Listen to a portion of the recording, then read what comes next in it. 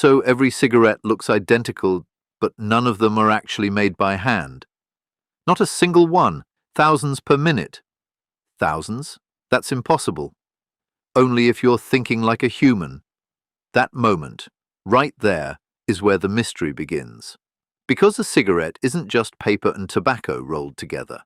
It's the result of a tightly controlled industrial process where precision is measured in milliseconds and consistency is engineered at a microscopic level. From shredded tobacco strands to perfectly packed filters, everything moves faster than the eye can follow. And yet, every stick comes out nearly flawless, as if crafted with intention. So how does a factory turn raw plant material into billions of uniform cigarettes every year?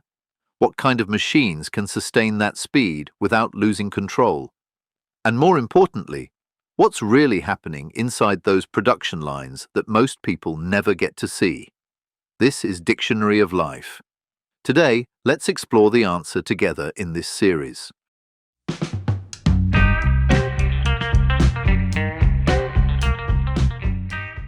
At its core, a cigarette is a precisely engineered nicotine delivery system. It is a highly specialized combustion device designed to burn at a specific and controlled rate.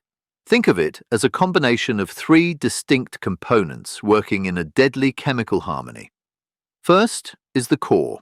It consists of shredded tobacco leaves treated with additives to ensure consistent ignition and an even burn. Surrounding this is the wrapper paper, perforated with tiny holes and often treated with chemical bands to regulate the amount of oxygen entering the system. Then comes the filter, a compressed block of cellulose acetate designed to trap larger particles while allowing ultrafine streams to pass through. When ignited, this cylinder transforms into a chemical reactor.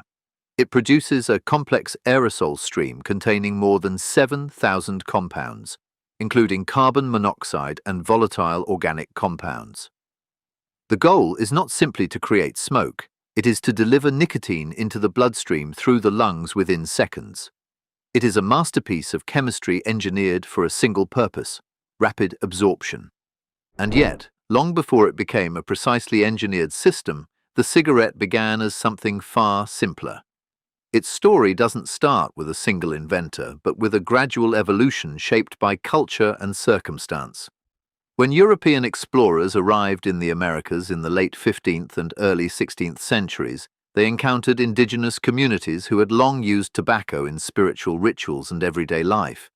Tobacco was often smoked in pipes or wrapped in natural leaves, not as a manufactured product, but as a practice deeply woven into tradition. As this habit traveled back to Europe, it sparked curiosity and adaptation.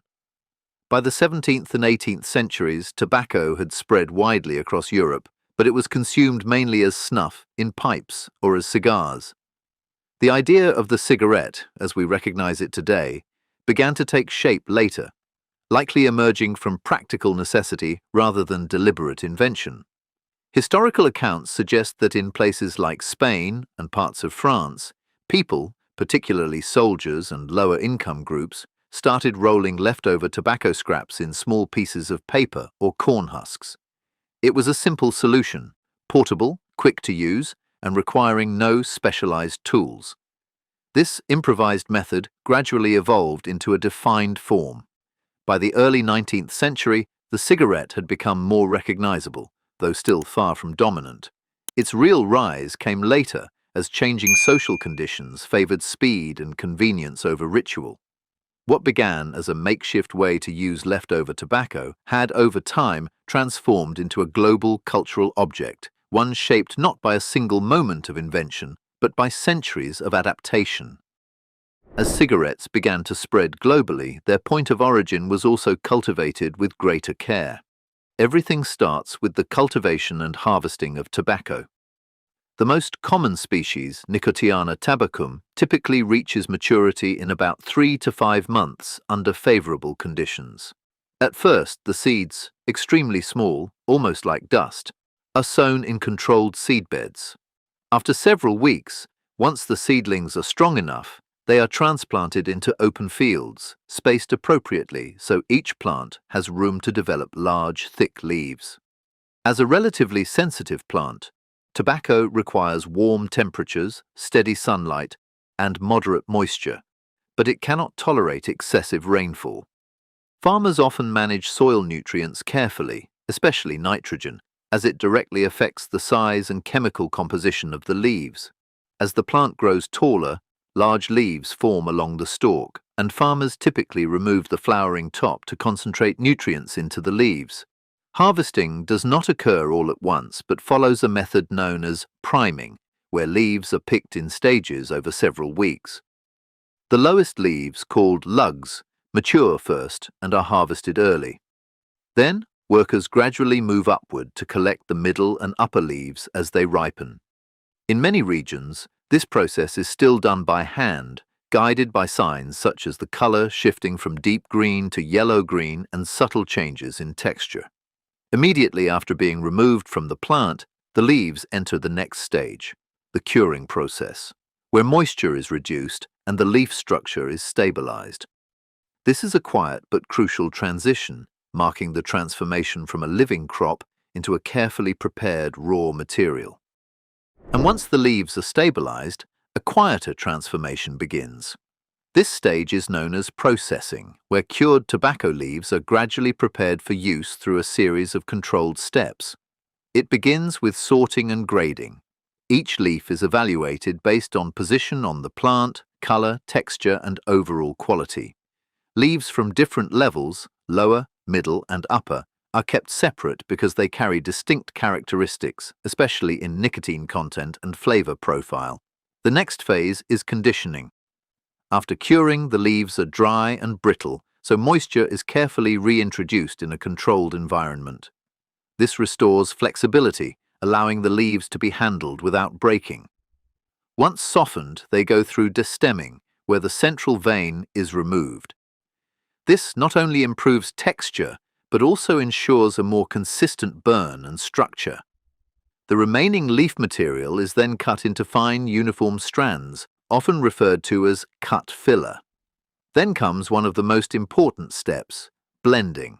At this stage, tobacco is no longer treated as separate leaves, but as ingredients in a recipe. Different types of tobacco are mixed together in very precise amounts, and each type has a specific role. Some tobaccos are lighter and slightly sweet, helping the blend burn smoothly. Others are stronger and add depth, making the smoke feel fuller.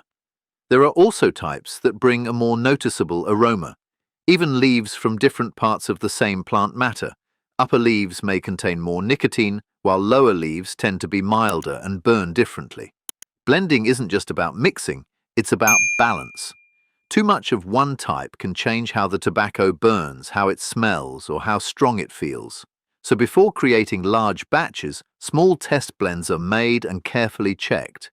Experts look at things like burn speed, moisture, airflow, and overall consistency. Once the right formula is found, it has to be repeated exactly every time. To do that, the materials are constantly tested and conditions like humidity are tightly controlled. By the end, what remains is no longer a collection of leaves, but a standardized blend, engineered, balanced, and ready for its final transformation. Once the blend is complete, the process begins to shift from preparation to formation. At this stage, the uniform tobacco mixture begins its transformation into a recognizable structure. The fine strands, now carefully balanced, are fed into high-speed machinery that aligns and distributes them evenly into a continuous stream. This stream is gently shaped into a cylindrical form, maintaining consistent density throughout. Airflow, pressure, and feed rate are all precisely controlled to ensure that the structure remains stable and uniform from end to end. As the tobacco takes shape, it is wrapped in a thin layer of specially designed paper. This paper is not just a covering, it plays an active role in regulating how the material interacts with air. Tiny perforations allow controlled airflow, which influences how the structure behaves under heat. At the same time, the wrapping process must be seamless, forming a continuous rod without gaps or irregularities. The long rod that forms is then cut into shorter, identical segments with exact measurements. Precision is critical here. Each segment must match in length, weight, and density to maintain consistency. At this point, filtration components are typically aligned and attached, completing the basic structure. Throughout this entire stage, sensors and automated systems constantly monitor variables like weight, pressure, and alignment. Any deviation is corrected instantly. What emerges is no longer loose material, but a fully formed, standardized product, consistent in structure, ready for its final stages. Just before the process comes to an end, everything is checked again, more thoroughly than ever. This final stage, known as quality control and packaging, is where consistency is not assumed but proven. Even after the product has been fully formed, it passes through multiple layers of inspection. High-precision sensors continuously measure weight, length, density, and structural uniformity. At the same time, optical systems scan each unit at high speed, detecting even the smallest imperfections, tiny cracks, uneven packing, or flaws in the outer wrap that would be invisible to the naked eye. Airflow resistance is another critical parameter. Specialized instruments draw air through samples to ensure that each one maintains a consistent internal structure. If resistance is too high or too low, it signals an imbalance in density or composition, triggering immediate adjustments on the production line. Despite this advanced automation, human oversight remains essential. Trained inspectors regularly collect random samples and perform more detailed evaluations, verifying not just physical properties, but also overall consistency across batches. This creates a continuous feedback system, where data from inspection directly informs real-time corrections. Once approved, the product moves into packaging, a process that is just as controlled as production itself. Units are counted, aligned, and grouped with mechanical precision before being sealed into protective packs. These packs are designed to shield the contents from moisture, oxygen, and physical damage, preserving stability over time. Even the packaging process is monitored to ensure proper sealing, alignment, and durability. By the end, what began as raw plant material has passed through a chain of verification, refinement, and protection. The result is not just a finished product, but one that meets strict standards of uniformity, ready to move beyond the factory. By the time it leaves the factory, the product may look simple, but the assumptions around it often are not. Over time, cigarettes have gathered a layer of common misconceptions that don't always match scientific evidence. One of the most persistent ideas is that some cigarettes are lighter or somehow less harmful. In reality, descriptors like light or mild do not mean reduced risk. Smokers often compensate, taking deeper puffs or inhaling more frequently, which can lead to similar levels of exposure. Another belief is that filters make cigarettes safe. While filters can reduce certain larger particles, they do not eliminate the thousands of chemicals present in smoke, many of which are known to be harmful. There's also a tendency to think that occasional smoking carries little consequence. However, research shows that even low levels of exposure can affect the cardiovascular system and lung function over time. And while some assume the visible smoke is the main concern, the less noticeable components, such as carbon monoxide and fine particles, play a major role in health risks. Over time, cigarettes didn't just remain a product, they became a symbol, quietly weaving themselves into culture, identity, and storytelling. In the early 20th century, smoking was often associated with sophistication, rebellion, or even independence, depending on the context. Advertisements, literature, and cinema all played a role in shaping this image. On screen, a cigarette could say more than dialogue ever could.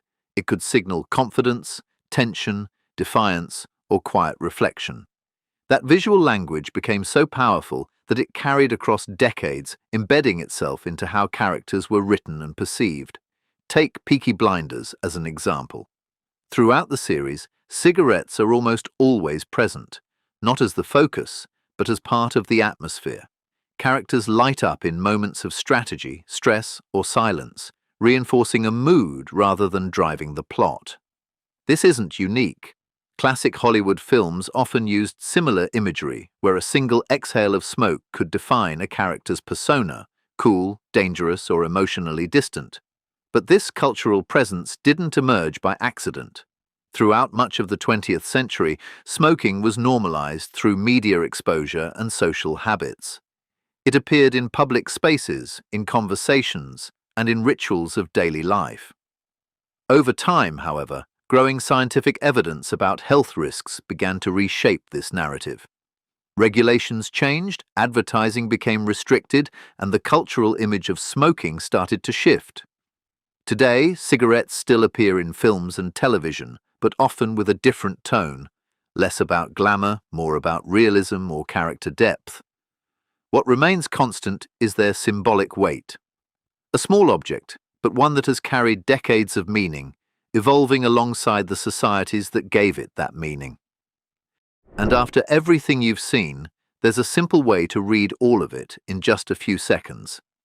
Think of it as a 10-second rule, a quick check that reveals how consistent a cigarette really is. Start with the structure. Hold it up and look along its length. A well-made cigarette should appear straight and evenly packed, without soft spots or visible gaps. Gently roll it between your fingers. The firmness should feel consistent from one end to the other, not loose in one section and dense in another. Next, examine the paper and filter. The paper should be smooth and clean, with no wrinkles or uneven seams. The filter should be firmly attached, aligned perfectly with the body, and not easily twisted or separated. These small details often reflect how precisely the product was assembled. If lit, the burn tells another part of the story. A consistent cigarette typically burns evenly, forming a stable ash that holds briefly before falling. An uneven burn line or frequent self-extinguishing can indicate inconsistency in packing or airflow. Even the draw matters. Air should pass through with moderate resistance, not too tight and not too loose.